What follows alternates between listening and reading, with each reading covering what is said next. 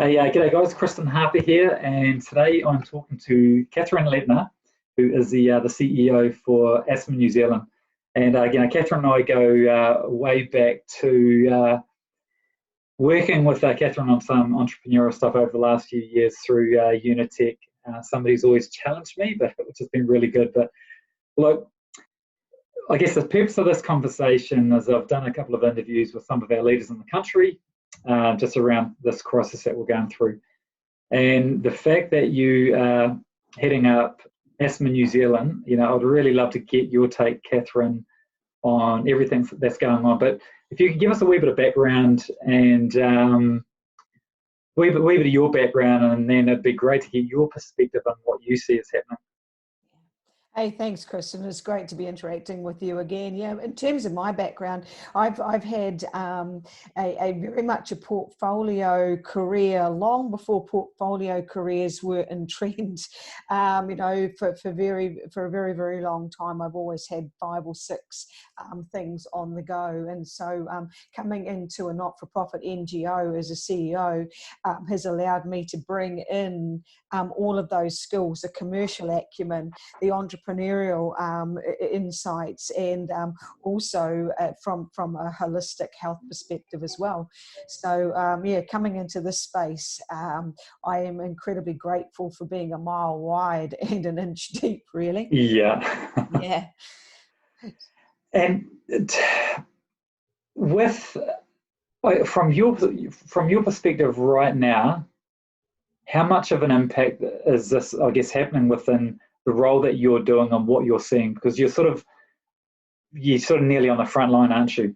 Yeah, this, COVID-19 coronavirus is a respiratory virus, and respiratory health is certainly a major issue. I think one of the biggest challenges that Asthma New Zealand has had is the apathy that exists in New Zealand towards respiratory health, in particular asthma. We hear it all the time. Our patients, are non-compliant.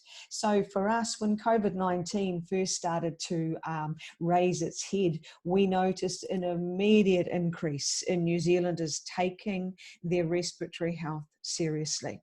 And so for us, this is perhaps the biggest shift change that respiratory illness has ever faced. Is that right now we've got the opportunity to have New Zealanders learn how to live well with asthma and other respiratory diseases versus the traditional mentality of suffering from. Yeah. And so what are you guys putting in place right now to? Is it around training, or is it around, what are your, I guess, where is your focus right now?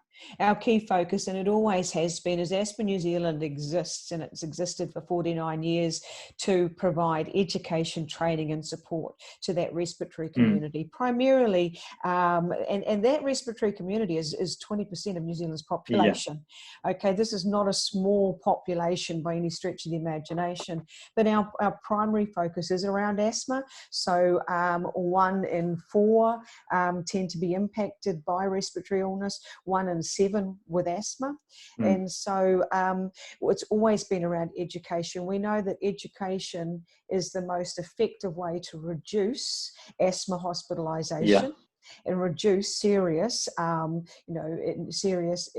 asthma exacerbations. So as soon as we knew that COVID had made our shores, our nurses went to immediate non-contact, because we knew we had to keep our nurses fully engaged. We could not risk them going into and being taken down. So they all went into virtual, and since then they've literally been on the phone, phoning patient after patient after patient. Wow. Where are you at? What are you doing? How are you setting yourself up to manage your respiratory health? Because, Kristen, the problem is that COVID-19 is only one challenge, and the whole country is focused on that at the moment, obsessed with COVID-19. Yes. We have the added worry of the winter flu coming in. Yeah. and winter itself coming in, and the big problem being is that most New Zealanders are coming out of a beautiful summer. Yeah. So they have not been managing their respiratory health because they haven't needed to. That's a really good point. I didn't even consider that with all the other sicknesses there. It just sort of takes that focus away from a lot of the others because of this. So yeah, that's really interesting. And out of this, and it's really hard, I think, for a lot of businesses right now to see the opportunities. But I think with this, for where you're at, do you see any opportunities out of this? It's huge opportunity. If we could get New Zealanders to take their respiratory health more seriously, the ramifications for New Zealand businesses are significant. Yeah. You know, what we know is 13% of our workforce suffer from asthma. And I use the word suffer deliberately because 3 out of 4 don't manage well. Now, we know that a workforce that has a percentage, that 13% asthmatics that aren't managing well, will have an overall decrease in productivity by 33%. Wow.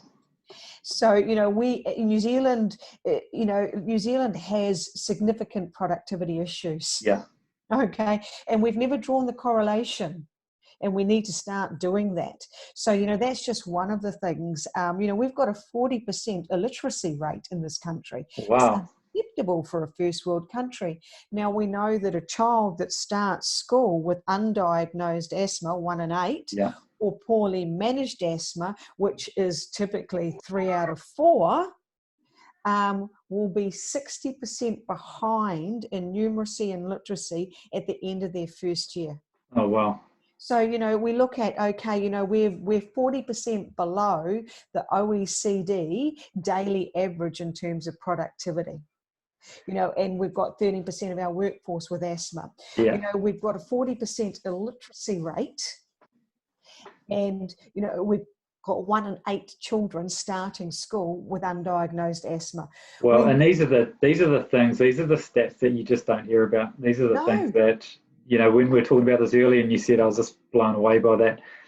And so, finally, Katheren, for any other leaders, you know, right now that are going through this experience of whatever you can call it, you know, what advice would you give to other leaders around how they work with their people right now and how they can sort of set themselves up for now in the next few weeks?